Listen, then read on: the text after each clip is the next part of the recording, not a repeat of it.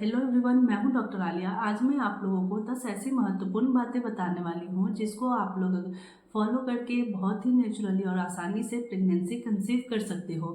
10 ऐसी बातें जो आप लोगों का जानना बहुत ज़्यादा ज़रूरी है अगर आप लोग प्रेगनेंसी प्लान कर रहे हो तो सबसे पहली बात ये है कि अगर आप प्रेगनेंसी प्लान कर रहे हो, अगर कंसीव होने के लिए ट्राई कर रहे हो, तो आपको अपना मेंस्ट्रुअल लेंथ, आपकी ओव्यूलेशन की डेट पता होना बहुत ज़्यादा ज़रूरी है। तो ओव्यूलेशन की डेट को आप कैसे पता करेंगे? कैसे पता है कि आपका ओव्यूलेशन किस डेट में हो रहा है? तो अगर आपकी जो साइकिल है अगर 28 डेज की है, तो आपका जो ओव्यूलेशन डे है वो डे 14th है। यानी कि जब आपका पीरियड जिस दिन आया उस दिन से आप काउंट करेंगे नेक्स्ट पीरियड के पहले दिन तक। जिस दिन पीरियड आया उसी दिन से काउंट होता है। कई बार लेडीज़ गलती कर जाती हैं कि जब पीरियड ख़त्म हो जाता है, ख़त्म होने जिस दिन ख़त्म होता है उस दिन से वो लोग काउंट करती है। तो ऐसी गलती आपको बिल्कुल भी नहीं करनी है।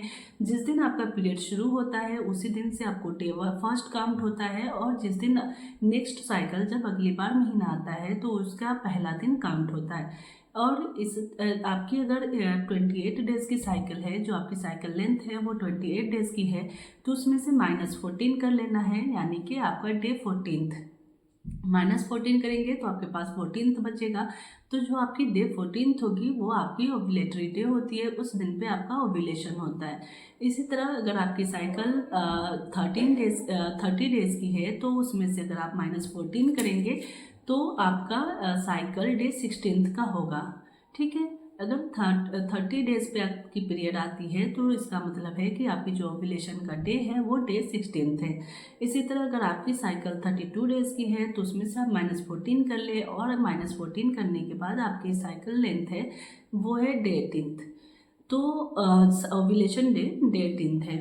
ओव्यूलेशन डे इतना इम्पॉर्टेंट क्यों है? क्योंकि ओव्यूलेशन में आपके जो अंडे हैं वो निकलते हैं और निकल के वो ट्यूब में जाती हैं, और जिस दिन ओव्यूलेशन होता है उस दिन अगर आप संबंध बनाते हो या उससे 2-4 दिन पहले भी अगर आप संबंध बनाते हो तो ही स्पर्म जाके उस अंडे से मिलेगा, तभी जाके आपको बच्चा कंसीव होता है। आम भाषा में बोले तो जब वो अंडा निकलता है, ट्यूब में जाती है, और स्पर्म जब ट्यूब में पहुंचता है तो फर्टिलाइज होता है। फर्टिलाइज होने के बाद आपको बेबी कंसीव होता है, एम्ब्रियो इम्प्लांट होता है, तभी जाके आपको प्रेगनेंसी कंसीव होती है। तो अगर आपको अपना ओव्यूलेशन डे ही नहीं पता होगा तो फिर आप कैसे काउंट करेंगे कि आपका ओव्यूलेशन कब हो रहा है, आपको कब साथ रहना चाहिए और कब आपका साथ रहना बहुत ज़्यादा ज़रूरी है। तो आपको अपना ओव्यूलेशन डे ज़रूर पता रखना चाहिए। इसके लिए मैंने आपको जैसे बताया है कि डे फर्स्ट से नेक्स्ट पीरियड के डे फर्स्ट तक काउंट करेंगे, और जितने दिन की आपकी साइकिल है उसमें से -14 करेंगे, जो भी डे बच जाएगा उस दिन आपका ओव्यूलेशन होगा। अगर आपकी 30 डेज़ की साइकिल है तो डे 16th आपका ओव्यूलेटरी डे है। तो उस दिन पे आप ज़रूर संबंध बनाएं, तभी जाके आपको बच्चे कंसीव हो पाएंगे। कई बार कपल जो होते हैं वो कई सालों से ट्राई कर रहे होते हैं, लेकिन उनको अपना ओव्यूलेटरी डे नहीं पता होता है, ओव्यूलेशन का दिन नहीं पता होता है, या उससे पहले या उस दिन साथ नहीं रह पाते हैं, जिसकी वजह से बेबी कंसीव नहीं होता है। इसलिए आपका ओव्यूलेशन का डे पता होना ज़्यादा ज़रूरी है। तो इसके अलावा अगर आप अपनी ओव्यूलेटरी डे को पता करना चाहते हो, अगर आपको नहीं समझ में आता है कि कैसे काउंट किया जाता है, तो आप ओव्यूलेटरी किट ले सकते हो, जो कि मार्केट में बहुत ही इजीली अवेलेबल होता है। तो आप अपनी मार्केट से वो किट खरीदें, और जैसे आप लोग प्रेगनेंसी के लिए टेस्ट करते हो उसी तरह ओव्यूलेशन का भी चेक किया जाता है कि किस दिन आपका ओव्यूलेशन हुआ है। वो किट लाए और डे 12 से आप चेक करना शुरू करेंगे। डे 12 से आप अगर चेक करेंगे मॉर्निंग में जो यूरिन के कोई फ्यू ड्रॉप्स से, तो अब आपको अगर सिंगल लाइन आती है तो इसका ये मतलब है कि आपको कंसीव नहीं हो, आपका ओव्यूलेशन नहीं हुआ है। और जिस दिन आपका डबल लाइन आ जाएगा समझ जाना आपकी आपका ओव्यूलेशन हो चुका है और अब आपको साथ रहना है। और मैं हमेशा ये बोलती हूँ कि जो एग्स की लाइफ है वो 12 to 24 आवर की ही होती है। फीमेल्स से जो एग रिलीज होता है उसकी लाइफ स्पैन 12 to 24 आवर की ही होती है। अगर 12 to 24 आवर में अगर आप संबंध नहीं बनाते हैं या आप उससे पहले संबंध नहीं बनाते हैं या उसके नेक्स्ट डे तक आप संबंध नहीं बनाते हैं तो फिर आपको कंसीव नहीं होगा। और जो मेल की स्पर्म होती है वो मैक्सिमम 5 डेज तक बॉडी में लाइव रहती है। अगर जिस दिन आपका ओव्यूलेशन हुआ है उससे 4 दिन पहले भी अगर आप संबंध बनाए हैं तो आपको प्रेगनेंसी कंसीव होने का संभावना ओव्यूलेशन पे हो सकता है, क्योंकि जो 4 दिन पहले आपने संबंध बनाया वो स्पर्म अभी आपके बॉडी के अंदर वो जिंदा है और वो जाके फर्टिलाइज हो जाएगा। तो मैं हमेशा उन्हें बोलती हूँ कि जो भी आपका ओव्यूलेशन का डे है उससे 4-5 दिन पहले से संबंध बनाएं, और जिस दिन आपका ओव्यूलेशन होता है उसके नेक्स्ट डे तक, कल तक आप संबंध बना सकते हो, उसके 1 दिन बाद तक संबंध बना सकते हो, लेकिन उसके बाद संबंध बनाने का कोई फ़ायदा नहीं है। या उससे 5 से 6 दिन पहले अगर आप संबंध बनाते हो तो भी उससे कोई फ़ायदा नहीं है, क्योंकि आपको कंसीव नहीं होगा। इसके लिए आपका अपना ओव्यूलेशन पता होना बहुत ज़्यादा ज़रूरी है। ठीक है, तो आप ओव्यूलेटरी किट भी आप यूज़ कर सकते हो एग्जैक्ट ओव्यूलेशन डे पता करने के लिए। इसके अलावा और क्या चीज़ें हैं जो आपको बहुत ज़्यादा ध्यान रखने की ज़रूरत है? इसके अलावा मैं हमेशा बोलती हूँ एज अ कपल कि आप जब भी प्रेगनेंसी प्लान कर रहे हो तो आपको अपनी बॉडी के बारे में पता होना बहुत ज़्यादा ज़रूरी है। इसका मतलब ये है कि आपका जो बॉडी के अंदर जो हार्मोन्स है वो सारे हार्मोन्स बैलेंस है कि नहीं है। हार्मोनल बैलेंस होना बहुत ज़्यादा ज़रूरी है प्रेगनेंसी कंसीव करने के लिए। तो जब भी आप अगर प्रेगनेंसी प्लान कर रहे हो तो अपना ओव्यूलेशन अपनी जो हार्मोनल ऐसे है वो ज़रूर करवाए, और जो मेल है वो अपना सीमेन एनालिसिस ज़रूर करवाए, ताकि अगर सब कुछ अपनी नॉर्मल लेवल में है तो आप नेचुरली ट्राई कीजिए, आपको कंसीव हो सकता है। ठीक है, अब इसके अलावा डाइट में आप क्या कर सकते हो? तो डाइट में आप ज़्यादा से ज़्यादा ग्रीन वेज लीजिए। ग्रीन वेजिटेबल है, नट्स है, बीन्स है, ये आप ज़्यादा ले सकते हैं क्योंकि इसमें एंटीऑक्सीडेंट ज़्यादा होता है, और इसको लेने से आपको फर्टिलिटी को अच्छी करती है, फर्टिलिटी को इम्प्रूव करती है। मैं हमेशा मना करती हूँ आप लोगों को कि जंक फूड है, प्रोसेस्ड फूड है या फिर वाइट शुगर है, इसका इंटेक बहुत ज़्यादा मत रखें। आप इन सब चीज़ों को बहुत अवॉइड कीजिए, क्योंकि इसकी वजह से आपका हार्मोनल इम्बैलेंस होता है, और अगर हार्मोनल इम्बैलेंस रहेगा तो भी आपको बेबी कंसीव नहीं हो सकता है, फिर भी आपको बेबी कंसीव होने में प्रॉब्लम समस्या आ सकती है। इसके अलावा और क्या चीज़ें जो आप ध्यान में रखना है? अगर आप ओबीज हैं, बहुत ज़्यादा ओवर वेट हैं, तो अपना वेट ज़रूर कम करें ताकि आपको बेबी कंसीव होने के लिए भी वेट नॉर्मल होना, एक आइडियल वेट होना बहुत ज़्यादा ज़रूरी है। लेकिन इसका ये मतलब ये नहीं है कि आप बहुत ज़्यादा वेट कम कर ले। बहुत ज़्यादा वेट कम कर लेने से, आइडियल वेट से नीचे भी अगर जाता है तो उससे भी बहुत बार ऐसा होता है कि पीरियड आना भी बंद हो जाता है। ठीक है, तो बहुत ज़्यादा वेट कम करने की ज़रूरत नहीं है आपको। इसका और जो लोग कुछ लोग ऐसे होते हैं कि जो प्रेगनेंसी प्लान कर रहे होते हैं, वो अच्छा बेबी हो, हेल्दी बेबी हो, इसके लिए वो बहुत ज़्यादा वेट को इंक्रीज़ कर लेते हैं। तो ऐसा भी आपको नहीं करना है, ना बहुत ज़्यादा वेट इंक्रीज करना है, ना बहुत ज़्यादा वेट लॉस करना है, जिससे आपको कंसीव करने में प्रॉब्लम हो और आपका मेंस्ट्रुएशन भी डिस्टर्ब ना हो। ठीक है, इसके अलावा आप क्या कर सकते हो? तो इसके अलावा मैं ये बोलती हूँ कि आप अपनी वॉक ज़रूर रखिए। मॉर्निंग वॉक है एज अ कपल दोनों को ही।